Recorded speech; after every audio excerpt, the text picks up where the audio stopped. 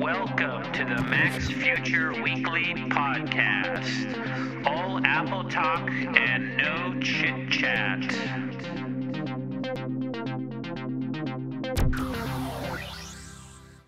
Okay, this is Lex at Mac'sFuture.com, and welcome to episode 113 of the Apple Podcast. So, it's been an interesting week. Today is Saturday, April 28th, 2012. And remember, this is a chit-chat-free podcast all about Apple, Apple news, Apple apps, Apple devices, all sorts of Apple-related stuff. And if you want to support it, go into the iTunes Store and give it a positive review. Or go to YouTube and see the video version where there are screenshots of the different stories or devices or apps I cover. So let's get to it, and thanks for listening. Okay, welcome. This is the first story, and the big news this week was that on April 24th, I guess, what was that, Tuesday of this past week, after the market closed in the stock market, Apple announced its second quarter results, and they were for the quarter ending March 31st. And what's interesting is, a lot of people were like, oh no, Apple's not going to do well because it had such a massive growth in the first quarter, which ended December 31st, 2011, and people were poo-pooing and saying there's no way Apple can really knock it out of the park. And Apple did knock it out of the park. And here are the key statistics. Apple sold 35.1 million iPhones in the quarter, which is 88% greater than what it did in the same quarter the year before. Apple sold 11.8 million iPads during the quarter, which was a 151% increase from what it did in the year before, and it sold 4 million Macs in the quarter, which is a 7% increase from the year before, and it sold 7.7 million iPods, which is a 15% decline from the year ago quarter. So these are huge results. Apple, to give you a sense of how much money Apple had revenue, that means like the total amount of money coming in, of $39.2 billion, and had net quarterly profits of $11.6 billion, which equaled to per share $12.30 per share. So, a year ago, Apple had $24.7 billion. So in a year, the same quarter went from $24.7 billion to $39.2 billion, which is a huge increase. And a year ago, instead of profits of $11.6 billion, Apple in the same quarter had profits of $6 billion. So, this is gigantic. And there's a metric called the gross margin. And the gross margin is, I guess, how much, what's your profit on every dollar you sell something. And Apple's gross margin increased to 47.4%. That means for every dollar of sales, Apple's keeping 47.4% of that. So for every dollar, Apple's getting at least 47 cents of profits.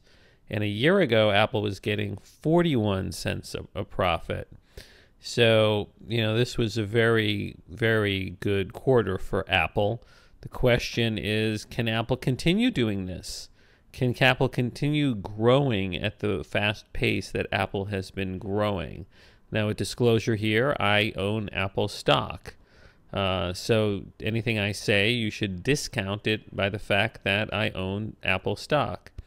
So I do think it can continue to grow because Apple's main revenue is coming from the iPhone and the iPad, and these are still growing products. Now you say, how can the iPhone grow some more?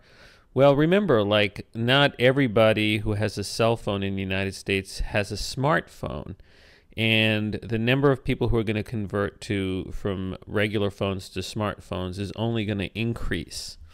And also, remember, there are many, many, many different phone carriers throughout the world. And Apple hasn't yet been on all the phone carriers around the world. So, for example, in China, Apple is officially on the second largest phone carrier, China Unicom, but it's not officially on the largest phone carrier, China Mobile. So anybody who has an iPhone there is actually just sort of jailbreaking it and bringing it over to China Mobile. But at some point, if Apple gets on China Mobile, which is the largest phone carrier in China, it's obviously going to have more iPhone sales in China.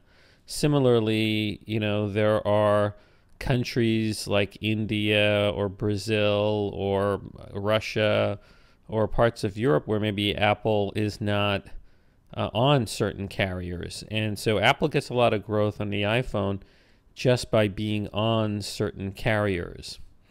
Now, the other area of growth is, of course, the iPad.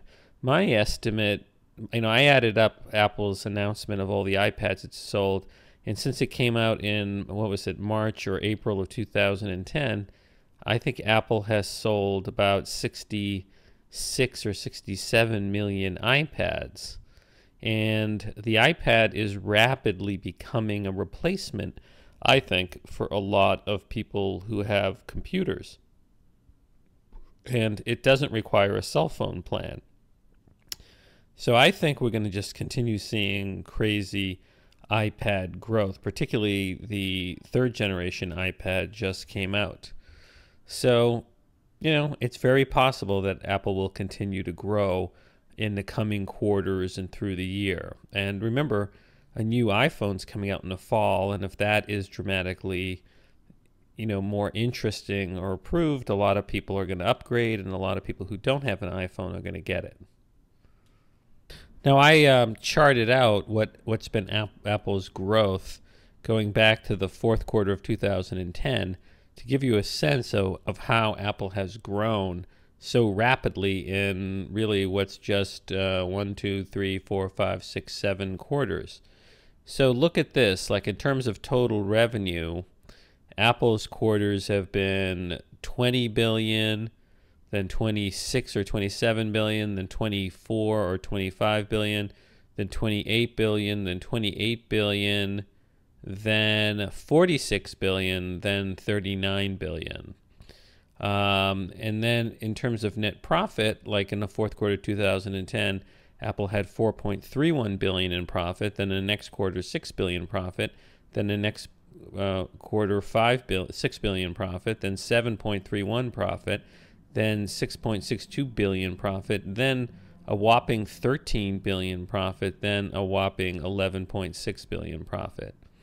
And its earnings per share have gone from being $4.64 to the most recent quarter, $12.30, and the one before that, $13.87.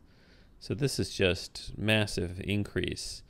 In terms of iPads, in the fourth quarter of 2010, which is the quarter ending, the quarter ending September 30th, 2010, which was really the second full quarter that Apple sold the iPad. It sold 4.19 million iPads. Well, in this quarter, it sold 11.8, and the one before 15.43. So it's a big increase. What else? So in terms of the iPhone, Apple back then in the fourth quarter of 2010 sold 14 million iPhones. Then the next quarter, 16 million, then 18 million, then 20 million. Now, why do you see a more incremental ramp up? I think it's because Apple gets more iPhone sales not only when it comes out with a new phone, but as it's added to more and more carriers. So it's not officially on T-Mobile. Expect in the United States at some point Apple to be on T-Mobile. That'll help boost sales. And it'll be on more networks around the world. Also, Apple's probably going to penetrate the iPhone more and more, being an enterprise as a replacement for the BlackBerry. Now, one story I saw on the internet really gives you a sense of how successful Apple has been in the smartphone market. Remember, for years, Nokia dominated smartphones as well as cell phones. And in a website called phonesreview.co, there's an article that says Nokia earns more from Apple than it does from its Lumia range. Now, Nokia recently released a new smartphone called the Lumia 900, which, got a lot of hype as being maybe the thing that'll save that company. But also remember, Apple arranged, had a settlement with Nokia regarding maybe patent, violations or whatever. And it says that Apple, Nokia is making more from Apple than it is from its Lumia phone. It said that Nokia actually lost money selling handsets during the last quarter that saw a $1.7 billion overall loss, and it came despite the launch of the new Lumia models. And in the first quarter of last year saw Nokia shifting 108.5 million handsets, which compares to this year's 82.7 million units. So they've sold 24% less phones, Nokia. So it points out that Nokia managed to gain around $600 million from Apple, a settlement in a patent licensing dispute that included a number of standards and essential patents. And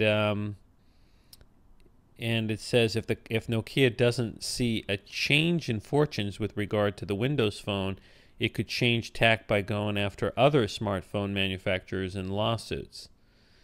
So the point is that Nokia made a lot of money in this patent suit, with Apple than it did from its smartphone line.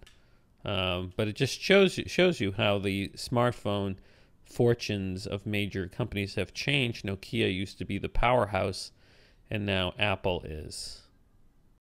Now, one place a lot of financial analysts are looking for Apple to grow in the coming quarters is the area where Apple has its largest source of revenue, which is the iPhone. And Forbes had an interesting piece entitled Apple's Road Ahead, iOS 6, New iPhones and Apple TV at Last, which basically is a story about what an analyst from Jefferies named Peter Missick has compiled. So he apparently listened to Apple's earnings call with Tim Cook, and he's compiled some of the tidbits emerging from the recent earnings report, and he's reached some conclusions. So he says, according to this article, the iPhone 5 is likely to be thinner than the 4S and will have a 4-inch display. He goes on to say he sees an iPhone 5 launch in September or October. He goes on to say, we think it does not matter economically to Apple and investors should not stress about it. And he says we have penciled in 50 million iPhone 5 shipments for calendar Q3 and 50 million total iPhone sales in calendar Q4. And it says beginning in September, Apple will have 175 million iPhone subscribers globally. So those are pretty big numbers here. He says that the Worldwide Developers Conference in June should bring iOS 6 and iCloud upgrade. He says he expects Apple to match the syncing functionality of services like Google Drive. He goes on to say, based on our coding and developer work, we also believe iOS 6 will focus on video, he writes. And then he also says there are hints in the supply chain that a TV is coming in Q2. Well, we are in Q2 maybe of next year. So, look, I mean, these aren't really wild guesses. I mean, obviously, I think there's going to be a major redesign of the iPhone from the iPhone 4S. There's a pattern here. Remember, Apple came out with the 3G, which was the second generation iPhone, and it didn't change the design. Instead, it just gave it better processor, a better phone, maybe more storage, and called it the iPhone 3S. Then it changed to the design and came out with the iPhone 4. with the glass back and the glass front. And it didn't change the design for the iPhone 4S, and just gave it more powerful processor and much better camera and altogether better specs. So I think Apple is due to do a major refresh of the iPhone. And so I think it's going to be a doozy. I do think it's going to be thinner. I recently got, where I work, a BlackBerry Bold 9900, and that feels actually thinner than the iPhone 4S. At least it's tapered and it feels thinner. But I do think Apple will have a thinner iPhone, and I think it will be a tad bigger display. 4 inches instead of whatever it is, 3.5 inches across. Now it'll just be a tad bigger. Now, one of the technologies it could have is this technology of having in-cell touch. In other words, so there's not a touch layer over a screen layer or a glass layer over that, but that the touch is built into the screen layer itself. So that would be pretty cool. What else? I do think Apple's not going to... I don't think Apple's going to launch the new iPhone at WWDC in June, the developers conference. I think Apple's going to launch it like it did last year on October 4th or around early October. I think the reason Apple does that is because Apple then can ship a lot or have a new device right before the holiday period, so people can give it as a gift for Christmas time. And Apple's biggest product is the iPhone, and the second biggest product is the iPad. So I think Apple wants to release a brand new one of those products in the months right before Christmas. And as for the Apple TV, it is my hope that they come out with like a 42-inch screen that has everything integrated. I think that would make a lot of money. I think people are willing to pay a premium for an integrated device that works with your iPhone, that works with your iPad, and gives you a great experience. So I think that's coming. So, I don't think this is groundbreaking analysis by the guy at Jefferies, but I do think it makes sense. Okay, so after its earnings announcement on April 25th, Apple early in the day announced that its worldwide developers conference would be on June 11th, from June 11th to June 15th, at San Francisco's Moscone West Center, where it has it all the time. So this is Apple's annual, 5-day conference for developers. And when Steve Jobs was around, it was always started with a keynote that was open, I guess, to the press. And also they have design awards for iOS devices and for Mac devices. And, what's interesting is that tickets, I think, which are about, $1,500 or $1,600 each for developers, sold out within, I think, 3 hours. And last year, I think it sold out in 1 day. And here it was just boom. Everyone wants to go. And I think it can hold about 5,000 people there. So there's enormous demand to attend this conference. Now, in the press release by Apple, there's the following quote from Phil Schiller. He says, "We had a great WWDC plan this year and can't wait to share.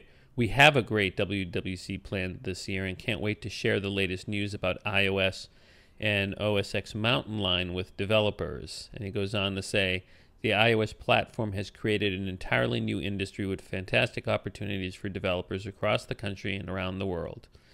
So what's interesting is, remember, 1 year they decided to just focus on iOS software and not the Macintosh operating system. But it looks like, both operating systems will be discussed. So, they have all sorts of technical sessions at this event, 100 technical sessions where developers can get in-depth look at the new OS that's probably going to be released there, iOS 6. It goes on to say there's 100 hands-on labs staffed by more than 1,000 Apple engineers providing developers with code-level assistance. insight into optimal development techniques and guidance on how they can make the most of iOS and OS X technologies.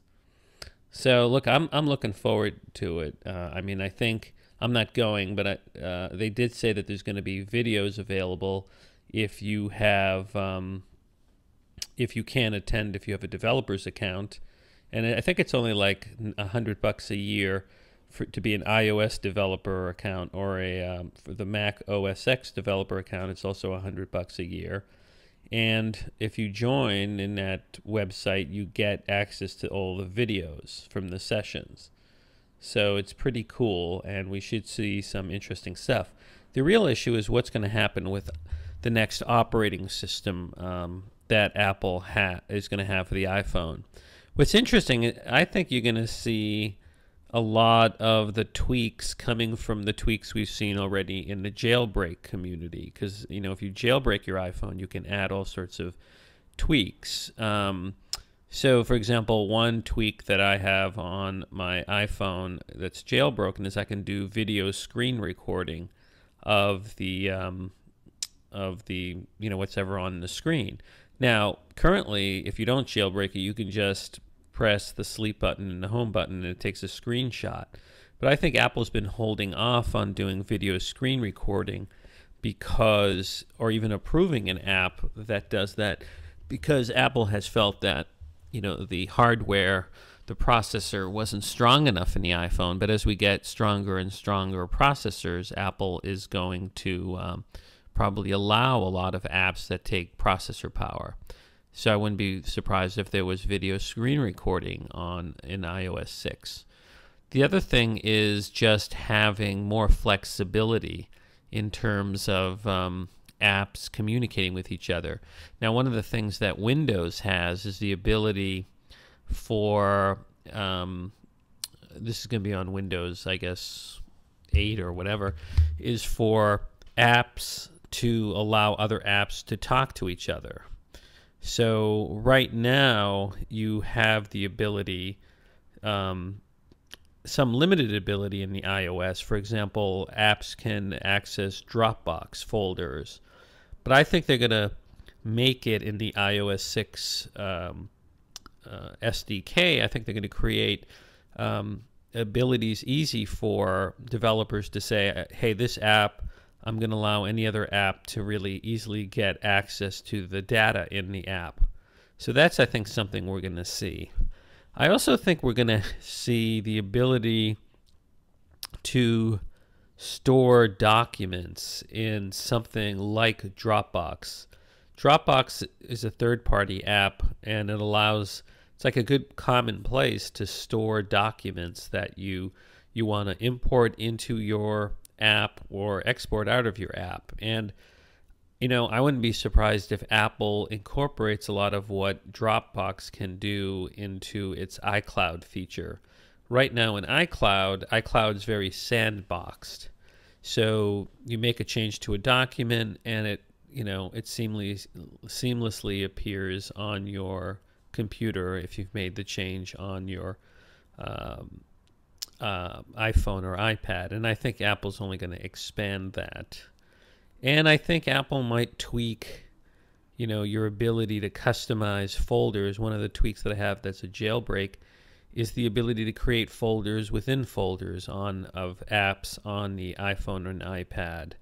And maybe Apple will give that flexibility to users. So I think we're going to see all sorts of interesting tweaks that's going to make iOS 6, you know, a major step up from iOS 5. Now, the rush to get tickets was so great that, as I said, Apple sold out, I think, in like 3 hours, all 5,000 tickets. And it was kind of unfortunate for people who lived on the West Coast because Apple, I guess, started selling this early on the morning of the 25th. And but then shortly thereafter, Apple started canceling. I guess some people bought more than one ticket, and Apple has made it so you can't resell the ticket. So anybody seeking to speculate in the ticket and sell it on eBay is out of luck. I guess they're non-transferable. So the story that was in Wired.com is that Apple some developers have found that their tickets have been canceled. And it turns out if you bought more than one ticket on the same credit card, they would say you're ineligible to buy, multiple tickets, and they cancel it. But you can call them and they'll reinstate it if they see that you're a real developer, but they'll only give you one ticket. So, hopefully Apple will do something in the future to make it less of a massive, ticket grab as soon as it comes out.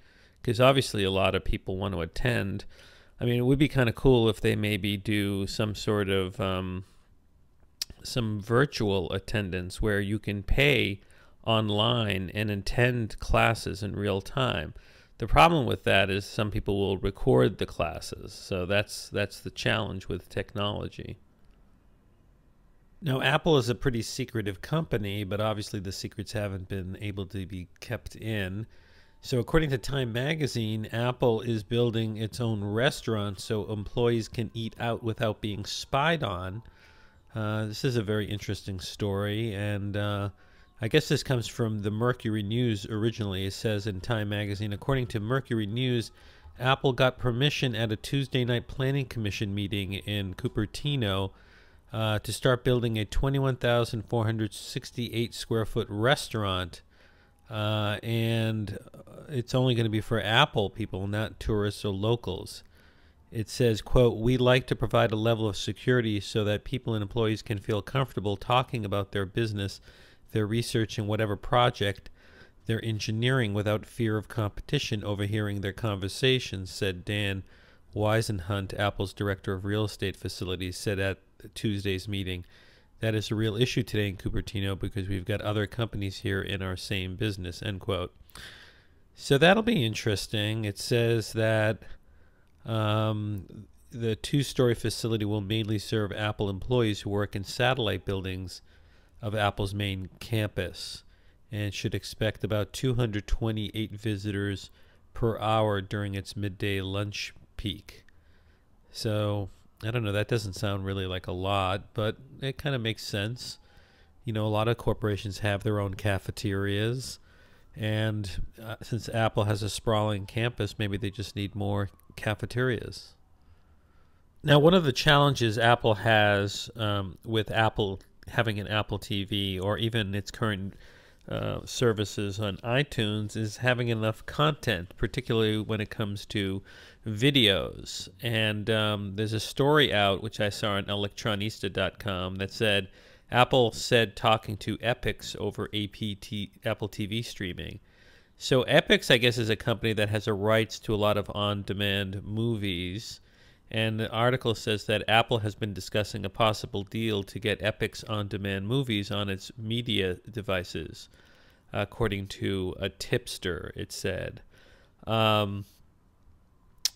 So apparently Epix has a big video library, and it says pure streaming on Epix is an option through Netflix, but also sets a minimum. So I guess Epix has a lot of video on Netflix. So the question is, will Apple get this deal? Apple clearly has to get more content. It has to be even broader than Netflix. And frankly, Netflix's on-demand service is not really as broad as its DVD service, and that's really a challenge. But I'll tell you, I mean, personally, everyone keeps talking about Apple having to get content, but look at the apps on the iPad. All these people who've got content, like the television stations, like the various film companies, they release apps on the iPad that within the app has content that necessarily Apple doesn't have, but it's a way to then have content on the iPad. And like I said, I feel like the true Apple TV is already here because through AirPlay, I can just shoot the video from my iPad to a big TV.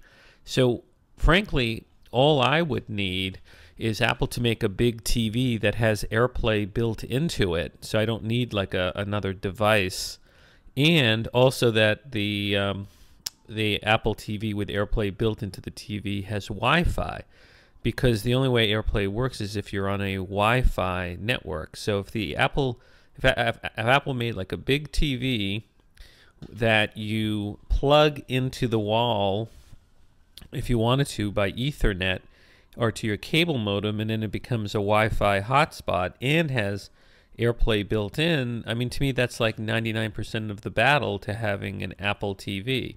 So it'd be great if Apple can get this Epix video library onto iTunes, but I think the real challenge is just having the technology for an integrated Apple TV.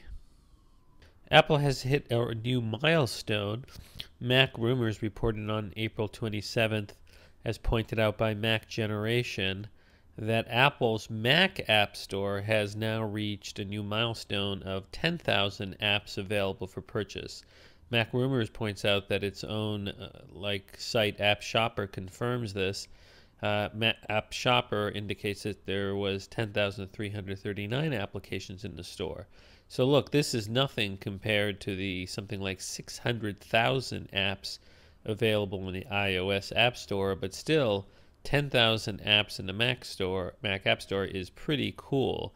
Gives you a lot of flexibility in terms of what kind of programs or apps you want on your Mac.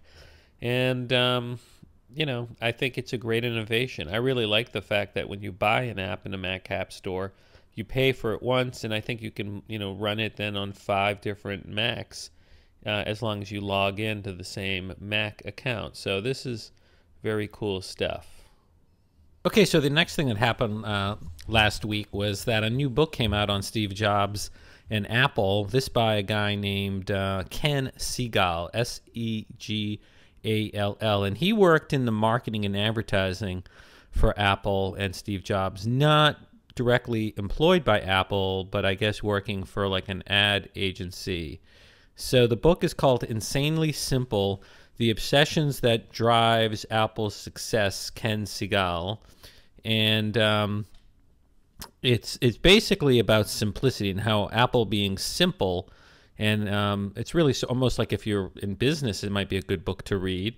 It says here, author Ken Segall, I'm looking at the website kensegall.com, is an advertising executive who worked closely with Steve Jobs for over 12 years, spanning Next and Apple. He started the iFrenzy by naming iMac and helped develop Apple's famous Think Different campaign. Having also served tours of duty with Dell and Intel, Ken is uniquely qualified, it says here, to point out the stark contrast between the practices of Apple and other iconic technology companies. And he goes on to say he blogs about technology and marketing at Ken Segall's Observatory and serves up weekly doses of Apple-based satire at Scoopertino. So he's got like 2 websites. And the book came out April 26th, and I got it on iBooks for like I think $12.99 as an ebook. It's also $12.99 at Amazon.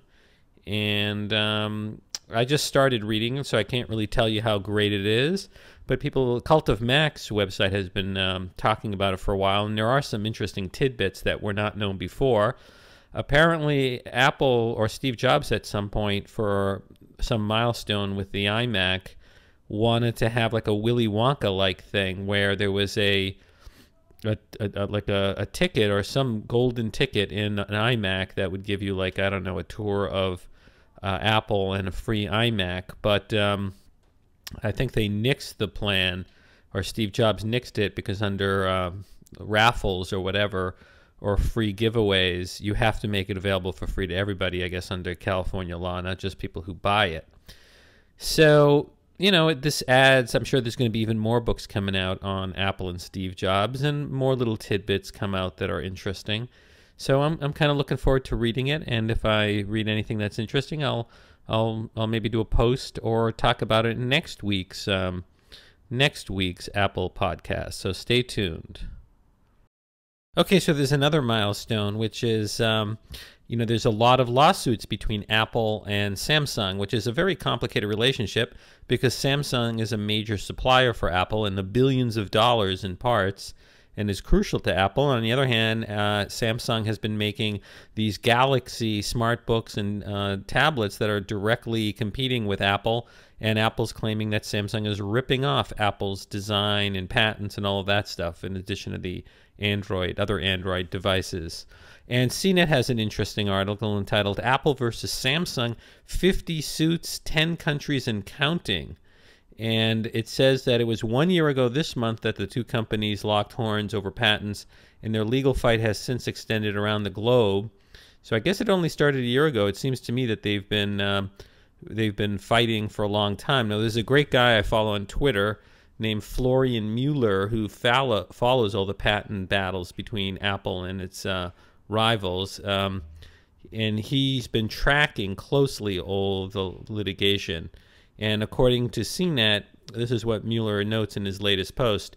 After an initial filing, lawsuits can be consolidated, which effectively happened to the first two lawsuits the parties filed against each other in California, or which happened far more frequently, split up into multiple lawsuits by the courts. For example, German courts usually look at only one patent per litigation and sometimes assign more than one case number per patent if there's a delay with serving the complaint on one or two or more defendants. Also, these parties tend to appeal each and every decision, and the list below doesn't contain cases before appeals courts. So there's really even more lawsuits going on than the 50.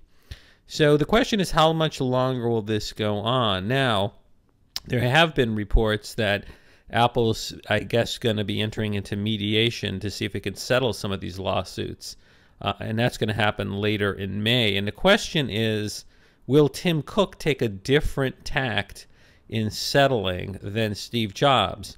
Now, if you remember, Steve Jobs was quoted in his book by Walter Isaacson, the biography of Steve Jobs, saying, you know, that it's going to be like nuclear war with Android makers, and that he's going to fight them to the bitter end, every last dollar. And Tim Cook, I think it was in the conference call last week for the earnings, said that he particularly doesn't like litigation.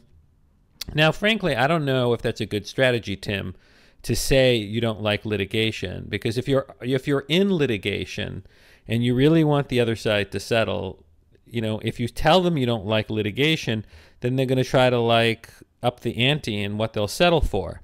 The better course is to really be like Steve Jobs and act like you're going to fight to the scorched earth tactics to the very end.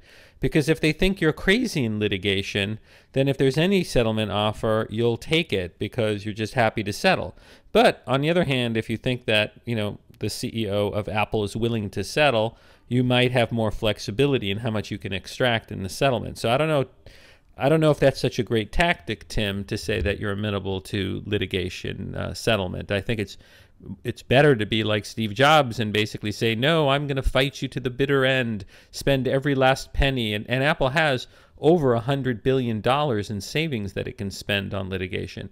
Now, between you and me and anybody else listening to this, you know, as an Apple shareholder myself, I would like to see some sort of resolution. On the other hand, I mean, I don't like the fact that Samsung's Galaxy, in terms of the design of the devices, essentially emulates Apple and its devices. And we know that a new iPhone's coming up, and there's going to be a redesign, and the last thing I want to see is Samsung again ripping off Apple with the design and copying.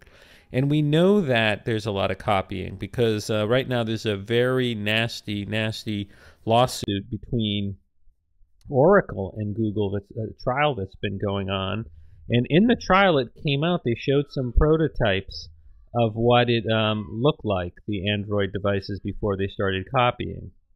So the thing is, in that lawsuit between Oracle and Google, you know, they showed what an early prototype of an Android phone looked like that Google was working on, and it was very, very different than anything like what an iPhone was. It had like a keyboard, and it just looked totally different than an iPhone. So obviously Google, once the iPhone came out, switched gear and had its partners who make the hardware copy the look and feel of an iPhone.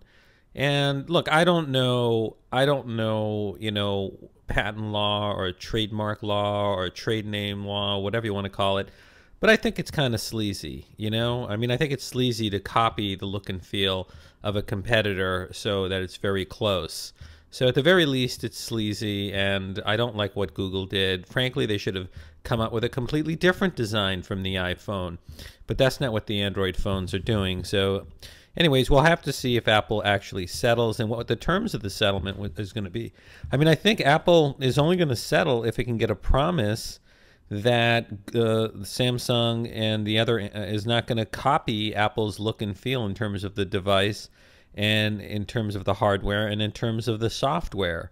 I mean, some of the stuff, even some of the icons were copied in terms of the look and feel between the Android devices and the iOS devices. So this is apparently, this settlement talk is going to be on, the settlement meeting that the court is requiring is on May 21st. Now, look, you know, a lot of these mandatory mediations by the courts, they don't necessarily result in any sort of settlement, because there's no thing as binding mediation. The courts encourage mediation, and they might, in the mediation, the courts may say, look, I really think you guys should settle. Your case is kind of weak. But in the end, you know, the parties, if they feel strongly about their case, don't have to settle and can take it to a jury trial. So I'm not so sure it's going to settle on May 21st. We'll have to see. Okay, so one lawsuit that's also still pending is the Justice Department's civil lawsuit against Apple and several publishers claiming antitrust violations by going to the agency model in selling books through Apple and forcing Amazon to go to agency model instead of using the wholesale book price model that was used before. And there's a very interesting piece in Time magazine entitled "Ebook Price Fixing: Finding the Best Model for Publishers and Readers." And basically the author of this is basically looking at a professor who has done a study analyzing this. And the professor's name is Zhang. And let's see, where is Zhang? Zhang is, his name is Z. John Zhang, and he's a Wharton marketing professor, and he's done an analysis of these different models, like agency model or wholesale model, to see which is better for consumers. And, you know, it might not be good for the Justice Department's case, because he seems to think the agency model is better for lower prices in the long run and better choices for the long run for consumers. Now, let me just explain. A wholesale model is where the publishers for years would just set a price, a wholesale price, and let retailers like the various bookstores that sell books set any price it wants, as you know, and the retailer would buy it from the publisher for a wholesale amount. Now, Amazon was buying ebooks, I guess, at a wholesale price from the publishers, but Amazon was selling the books in many cases at the wholesale price, which was very, very low. So essentially, Amazon wasn't really making a profit on a lot of the books, just willing to give them away at cost just to get a market share. Now, the publishers didn't like that, so Apple, when it entered into the ebook market by launching the iPad, went to the various publishers and said, no, we're not going to have a wholesale model. We're going to have an agency model just like the App Store.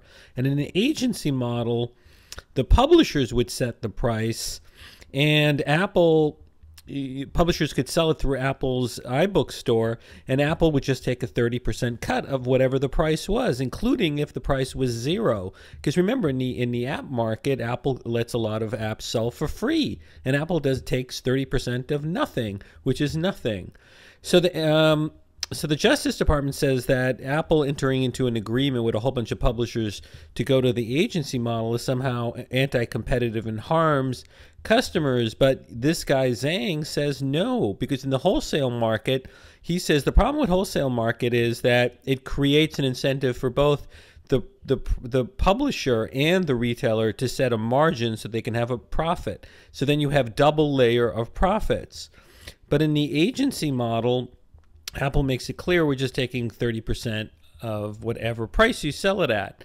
So, you know, Zhang concludes that actually that's more competitive, and he makes a good point in saying, look, when Apple entered in with the agency model, you know, the Justice Department is just focusing on the price of ebooks, but the price of the Kindle came down once Apple started competing with the Kindle with the iPad. So you should look at that too, that the price of ebook readers fell because of Apple's entering into with the iPad. And I wonder, you know, this is going to be a battle of economists.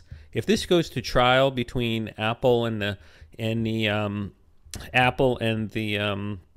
publishers who did not settle with the Justice Department, it's going to be a battle of expert testimony. And there's going to be experts testifying that this harms consumers, and then there's going to be experts saying that this does not harm consumers, because one fear that the publishers had, including a writer, Scott Turow, who wrote famous legal thrillers like Presumed Innocent, he thinks the real problem is Amazon, that Amazon has been engaging in almost what's considered predatory pricing, selling books below or at the cost of to buy them, and that way getting a monopoly power in the ebook market.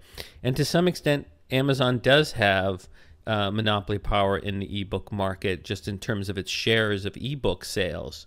And so they're going to have some economists saying, no, Amazon is the predator here, and the should be the one who has antitrust violations again, and not Apple and not the publishers. So it's going to be a very interesting to see if Apple takes this all the way to a jury. I'd be very interested to see if they do that. Okay, so, lately Apple's had problems with malware, which is really based on Java, which is a type of programming language that's on the internet that allows programs to be run on the internet and then be downloaded and run on your computer to help with the website applications. And it's been a problem, and there's what's an interesting development, which is that Java, which is owned by Oracle, is now going to be supported on the Mac OS X by Oracle. It says here in Mac Observer, Java development kits for OS X released consumer version soon. It says, following the end of Apple's support for Java in OS X in October 2010, Java developer Oracle announced on Friday, this is last Friday, the release of Java SE 7 Update 4 and Java FX 2.1. The tools represent the first Java development kits available for the OS X platform and lay the groundwork for future Oracle support of consumer-based Java in OS X. So I guess what this means is that there's now the ability to have updated Java development on a Mac, that'll make it easier to fight malware that's Java-driven. At least that's my hope, and I think that's what this article is suggesting.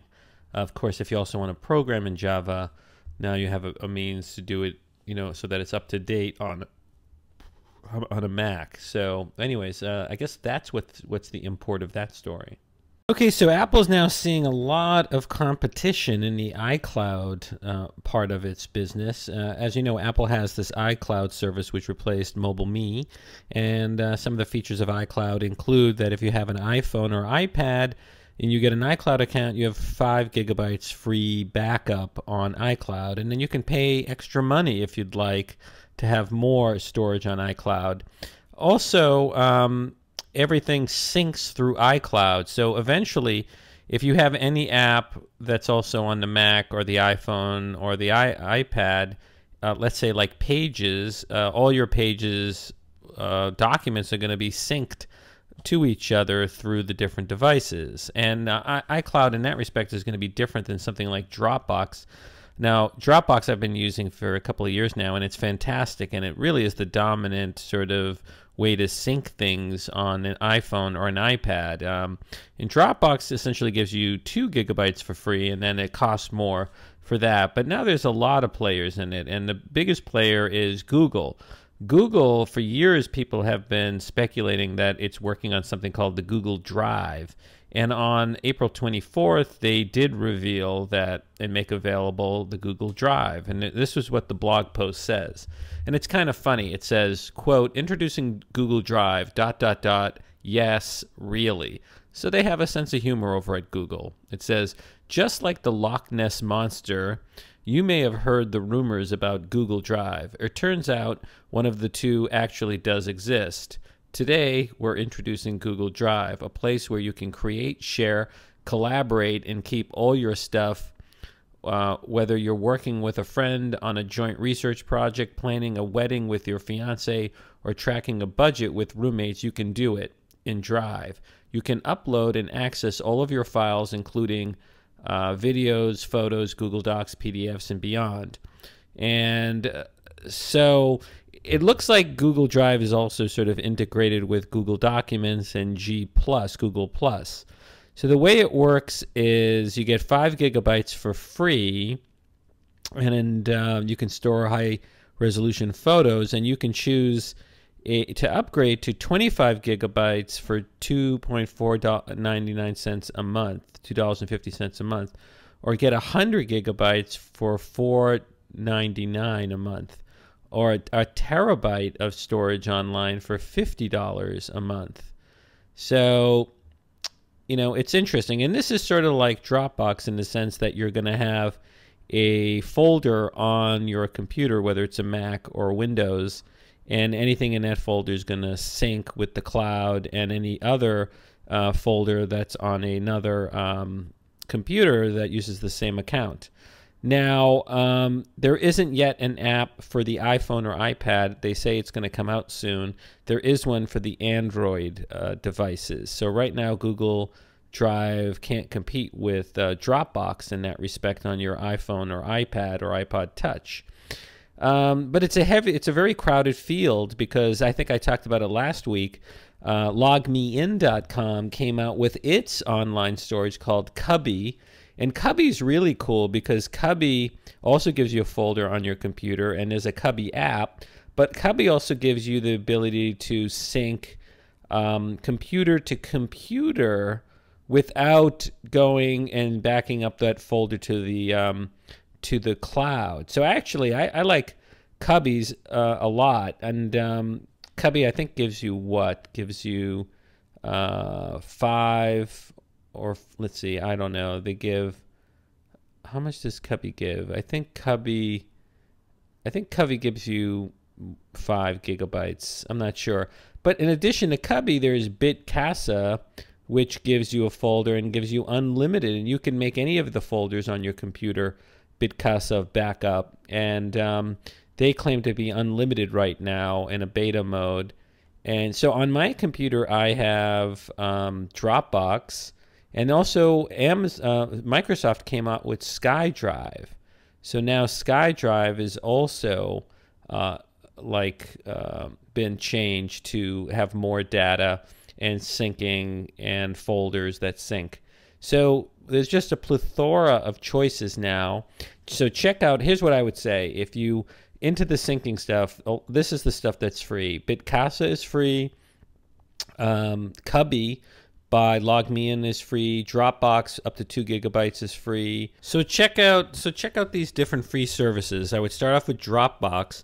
The big advantage of Dropbox, if you haven't already had it, is that a lot of apps on the iPhone and the iPad integrate with Dropbox and can access it. So really, that gives you the best sort of service, because if you want to sync and access data on different apps to stuff that's in Dropbox, let's say Word documents or PDFs or pictures that you put in there, a lot of apps can access Dropbox. So it's a great way to sort of wirelessly get stuff to other apps. Now, though, what's cool about Cubby is that Cubby gives you unlimited free syncing between computers, as well as limited syncing without, through the cloud. And then, Google Drive's given you something also, which is Google Drive gives you access to your Google Docs documents automatically in Google Drive, and also photos that go in Google Drive work with Google+. So in Google+, you can access your photos that are in Google Drive. So eventually everything is going to be in Google Drive. I think your YouTube videos, whatever, is going to be in there. So it's an exciting time for the cloud, and we'll have to see how Apple, I think Apple has to do something like Dropbox, where they, in addition to allowing apps to sync with each other, it would be nice to have a place where apps can access common data. And that's what Dropbox does. So it'd be nice if Apple competes with Dropbox and launches a feature in iOS 6 that's like a common iCloud storage area, like a common iCloud folder, so that anything you put in there is accessed, but can be accessed by other documents, other applications, if you give it permission, sort of like the way Dropbox works. So I don't know. I hope that's what comes out of all this competition in the iCloud sphere. Now, we know that Apple has no love for Android, but here's another sign of that. There's a story in a website called AndroidCommunity.com entitled Apple Axes Chomp for Android After Acquisition. Now, Apple a little while ago acquired, I guess, a company called Chomp, or had an app that helped you sort of sort through all the apps that you have in the App Store.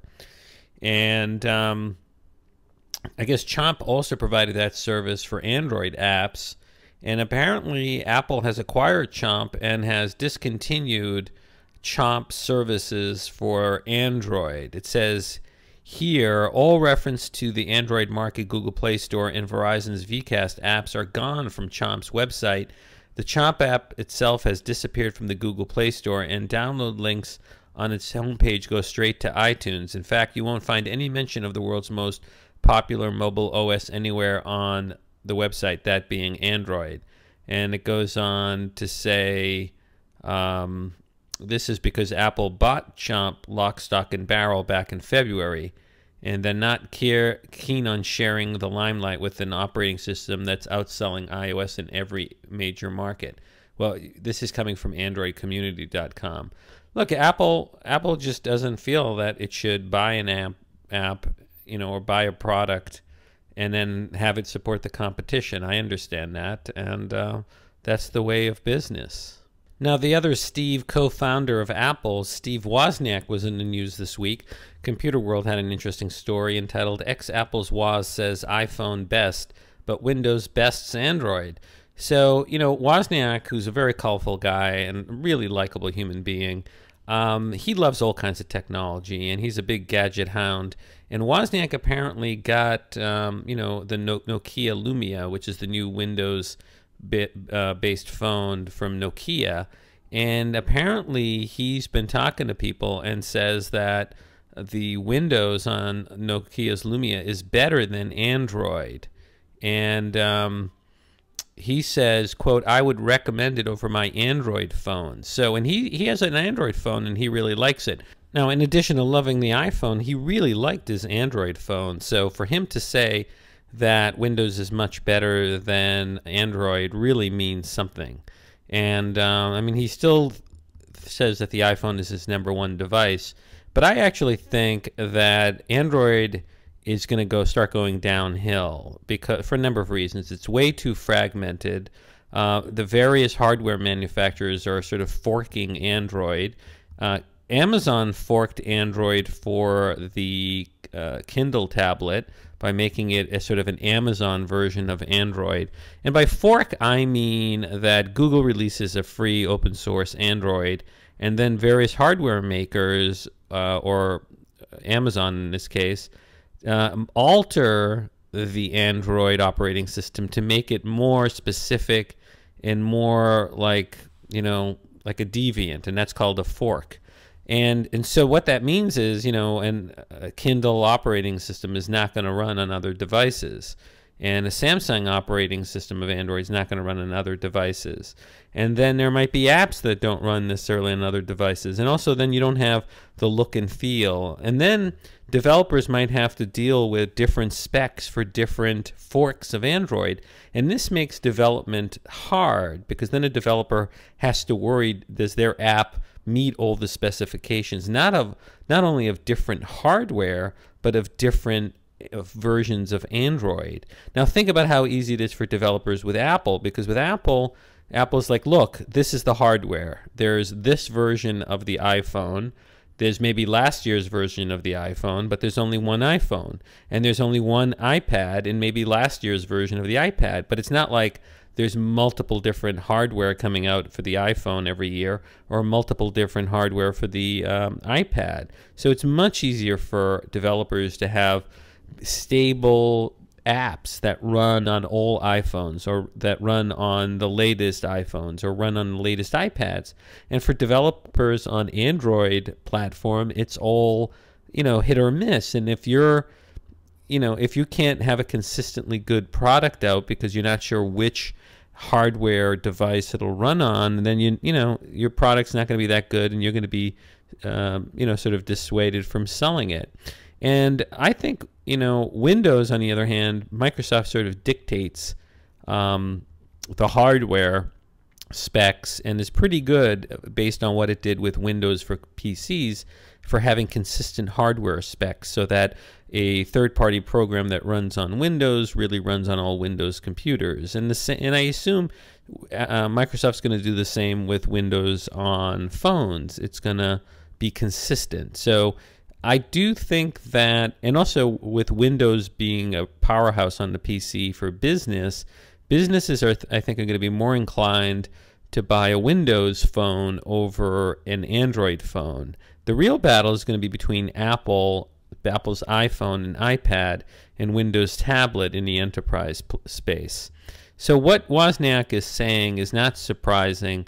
Everyone who's seen the Windows phone says that, you know, it's a nice, simple, innovative interface. It's very simple but innovative. I don't think they're being accused of ripping off Apple the way Android has.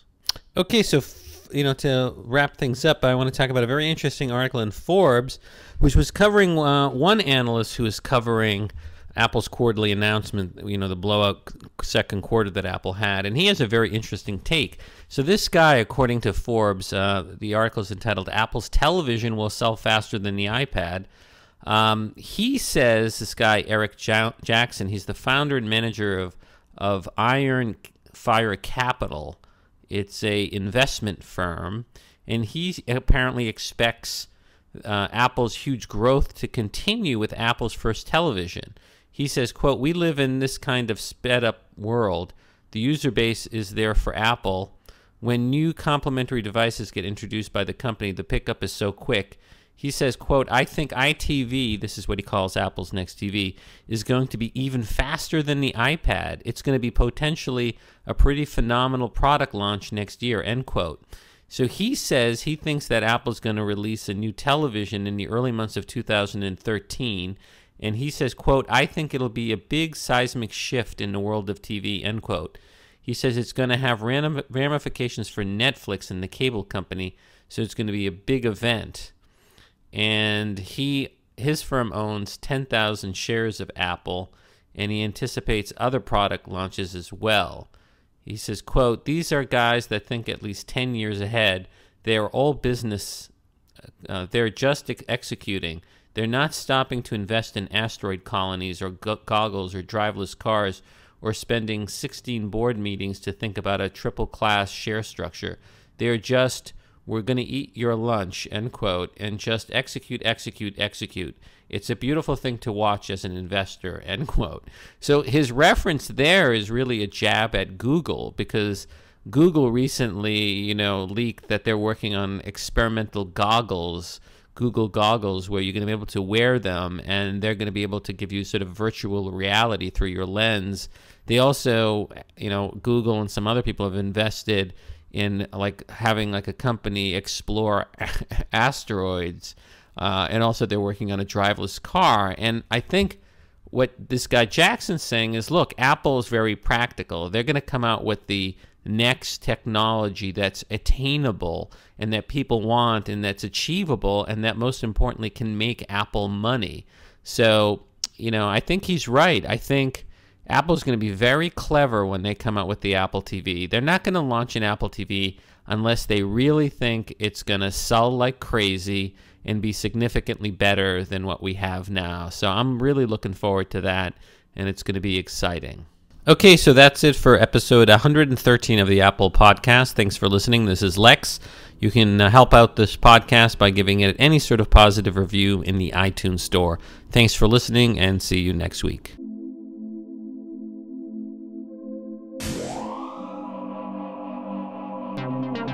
This has been a Max Future production.